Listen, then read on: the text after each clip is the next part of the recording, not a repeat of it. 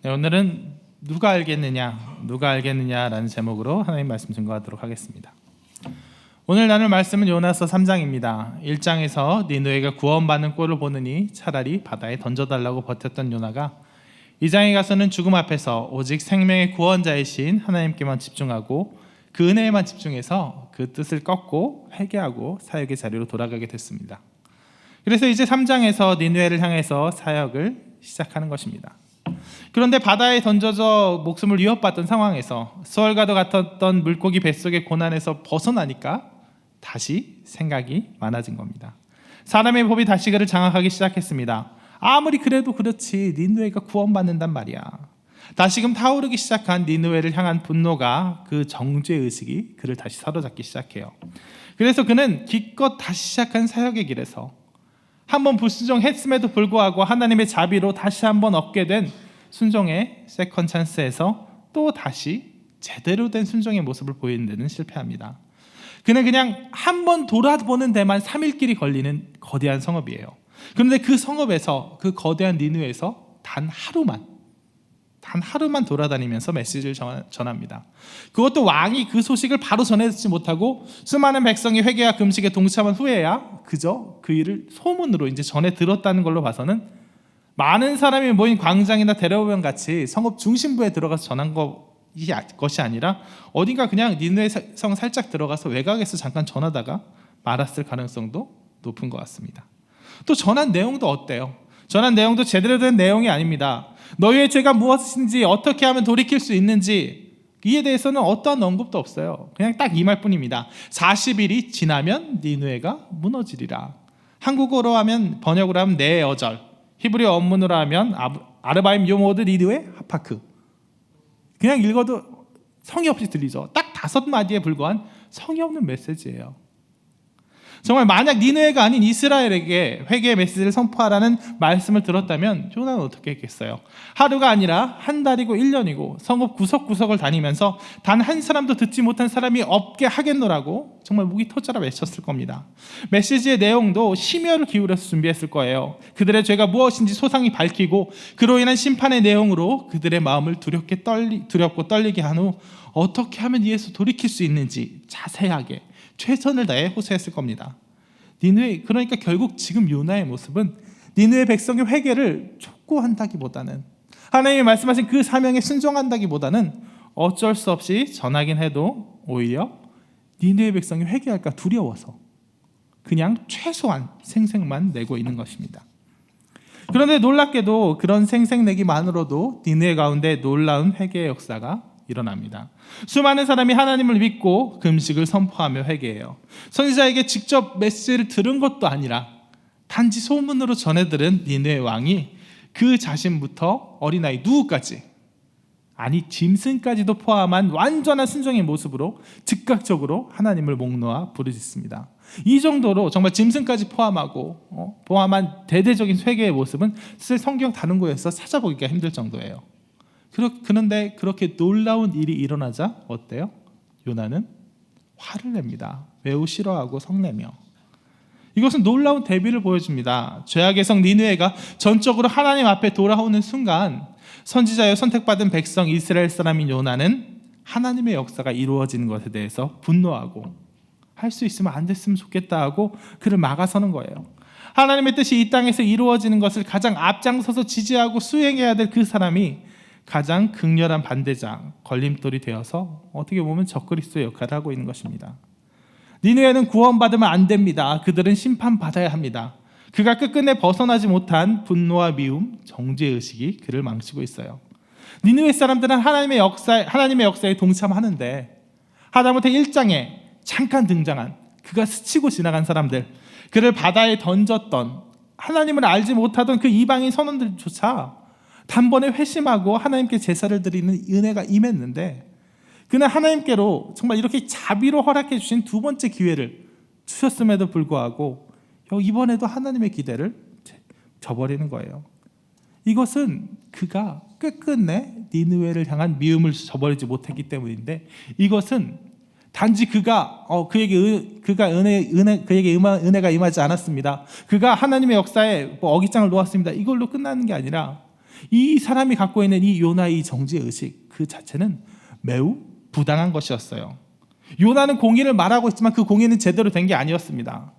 사실 요나가 그렇게 공의를 말할 주제가 안 됐어요.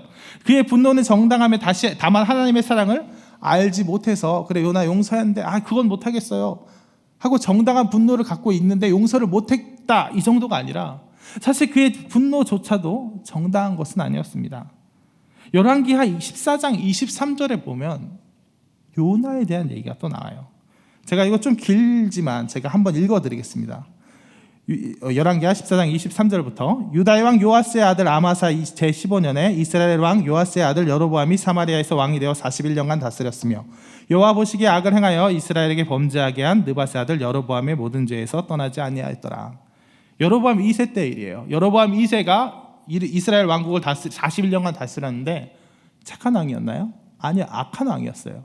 여전히 그 조상 여로보암 1세의 죄에서 떠나지 않았어요. 하나님 보시기에 이스라엘 왕국이 악했어요 그 당시. 근데 25절에 요나가 등장해요. 이스라엘 하나님 여호와께서 그의 종 가드 헤벨 아미떼의 아들 선지자 요나를 통하여 하신 말씀과 같이 아미떼의 아들 선지자 요나를 통하여 뭐라고 얘기하셨냐면 여로보암이 이스라엘 영토를 회복하되 하몬 어기에서부터 아라바 바다까지 하였나니. 아직 악한 왕 여로보암이 다스리고 있는 이스라엘인데 이스라엘이 아직 악했는데 회개하지도 않았는데 어때요? 여로보암이 이스라엘 영토를 회복하리라. 다시금 그가 정말 이방 민족의 압제에서 벗어나리라. 그 나라가 정말 그 나라에게서 고난이 물러가리라. 왜요? 이는 여호와께서 이스라엘 고난이 심하여 매인자도 없고 노인자도 없고 이스라엘 도울 자도 없음을 보셨고 여호와께서 또 이스라엘의 이름을 천하에서 없이 하겠다고도 아니하셨으므로 요아스의 아들 여로보암의 손에서 구원하심이었더라. 뭐예요? 보니까 망하겠으니까. 정말 여전히 악한데 회개할 생각도 안 하는데 그래도 어때요? 이러다가 아예 망할 것 같으니까 잠깐이라도 내가 승리하게 해주겠다는 거예요. 잠깐이라도 그 멸망을 유예해 주겠다는 거예요. 잠깐이라도 너희가 다시 회개할 기회를 주게끔 다시 그 멸망을 늦춰주겠다는 거예요. 요나는 바로 그러한 메시지를 정했던 사람이에요. 아직 악했던 이스라엘에게 하나님의 은혜로 우리가 잠깐의 유예를 얻었습니다. 잠깐의 승리를 얻었습니다. 라는 메시지를 전했던 사람이에요.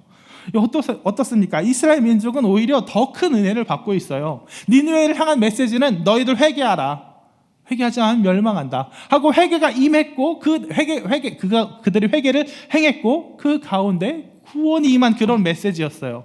근데 이스라엘 민족은 회개하기도 전에 하나님께서 그래도 멸망만큼은 안 되지 하고 밀어주신 거예요. 이게 어떻게 이스라엘 민족이 더 큰 은혜를 받고 있다고 하지 않을 수 있습니까? 그런데도 요나는 바로 이스라엘 향해서는 그런 기쁨과 은혜의 메시지를 전해놓고도 그들이 받아야 될 값어치 이상의 메시지가 주어진 그 메시지를 전해놓고도 니느웨를 향해서는 그게 안 된다고 하는 거예요. 어떻게 요나가 니느웨가 그들 이스라엘 백성에게 죄를 지었다고 해서 그들을 괴롭게 했다 해서 그를 향한 미움과 분노로 그러면 안 됩니까? 하고 나설 수 있냐고요. 그들은 여전히 하나님을 괴롭게 하고 있는데 하나님 앞에서 더 큰 죄, 하나님을 향해 드리는 제사를 모독하고 있는 더 큰 죄를 짓고 있는데 왜 그들은 용서받을 수 있고 니느웨는 안 됩니까? 왜 이스라엘 향해서 그 메시지를 선포하라고 했을 때는 하나님한테 안 됩니다. 하나님 어찌 그들이 구원을 받을 수 있습니까? 어찌 그들이 멸망을 유예받을 수 있습니까?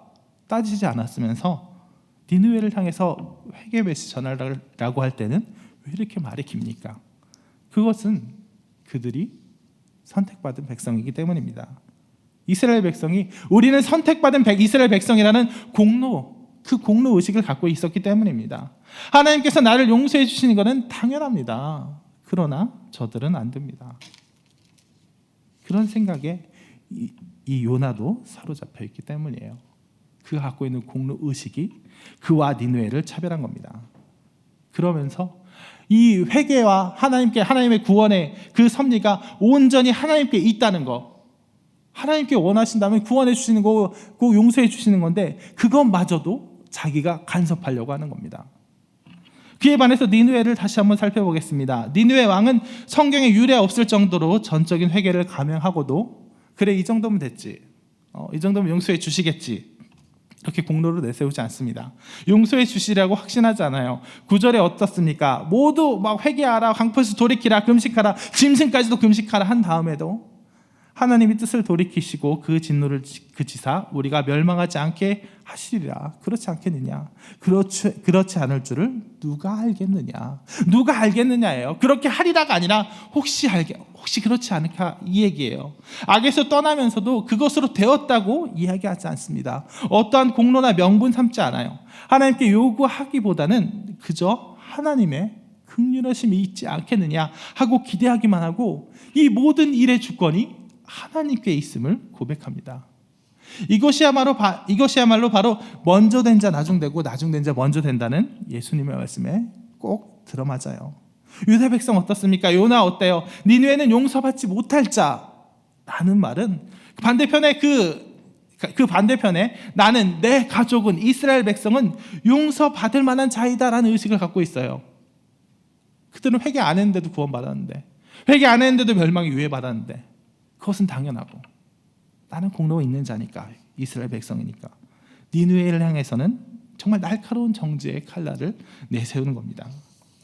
여러분, 정죄의식이 위험한 것은 단지 그것이 그 사람을 미워하는, 사랑의 모습을 해치고 정말 미움이 드러나고 그래서 교회 공동체를 파괴하고 이 문제가 아니에요. 정죄는 언제나 어디에 기반하냐면요, 교만에 기반합니다. 저 사람 나빠라고 얘기할 때는 그 반대편에 뭐가 있냐면 항상 나는 안 그래, 나는 좀 나아, 나는 그만큼 나쁘진 않아, 그 의식이 반드시 깔려 있어요. 너도 잘못하고 내도 잘못한 거는 언제나 얘기하지 않습니다. 누구도 얘기하지 않아요. 그건 그냥 인간이 약한 거예요. 인간이 약하니까 하나님 구해 주십시오 하고 은혜로 나가는 거예요. 하지만 저 사람은 잘못됐고 나는 안 그래라는 교만이 있으니까 그를 정죄하고 그를 짓밟는 거예요. 그리고 그런 교만 가운데 하나님 앞에 나는 괜찮지 않습니까? 저보단 낫지 않습니까? 하는 그런 교만이 바로 하나님과의 은혜의 관계를 파괴하는 거예요. 나는 저 사람보다 나은 공로가 있는 사람이니까 그래도 이 공로로 하나님 좀 용서하기 좀 전편하시지 않습니까?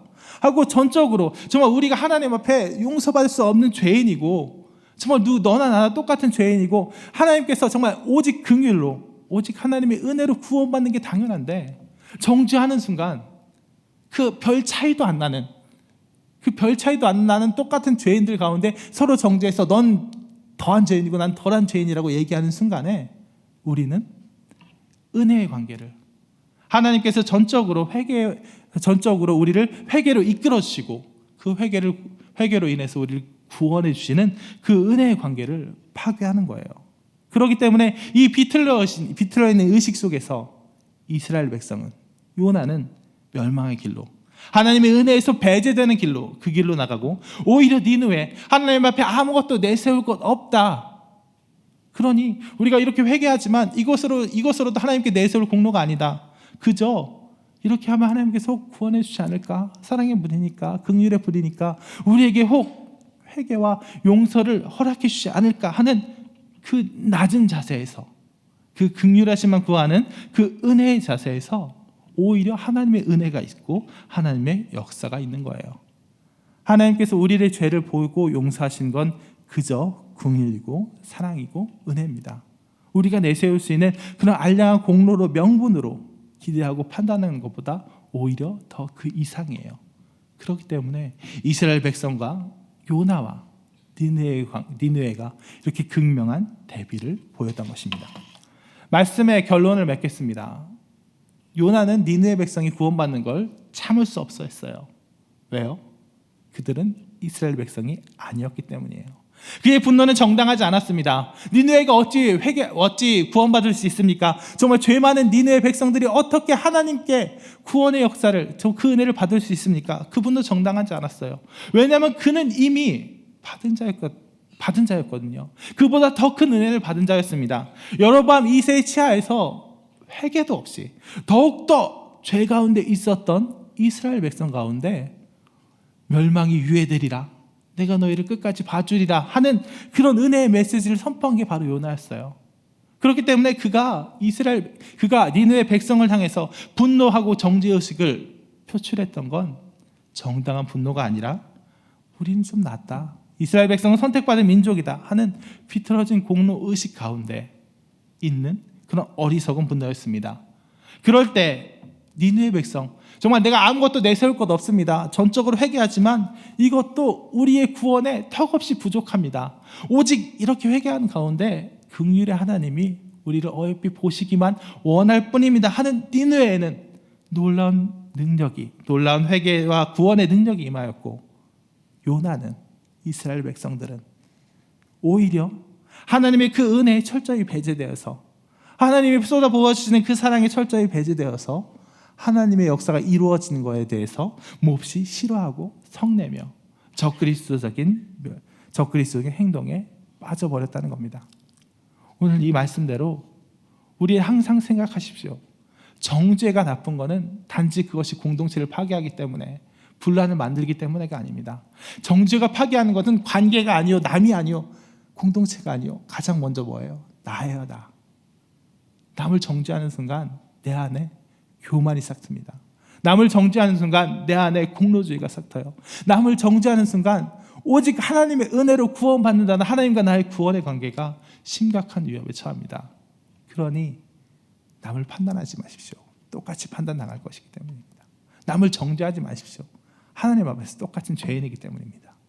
그래서 모두 정죄가 아니라 모두 똑같은 죄인임을 인정하며 오직 은혜로 하나님만 바라고 나아가는 홍대세계의 모든 성도가 되시길 진심으로 축원합니다.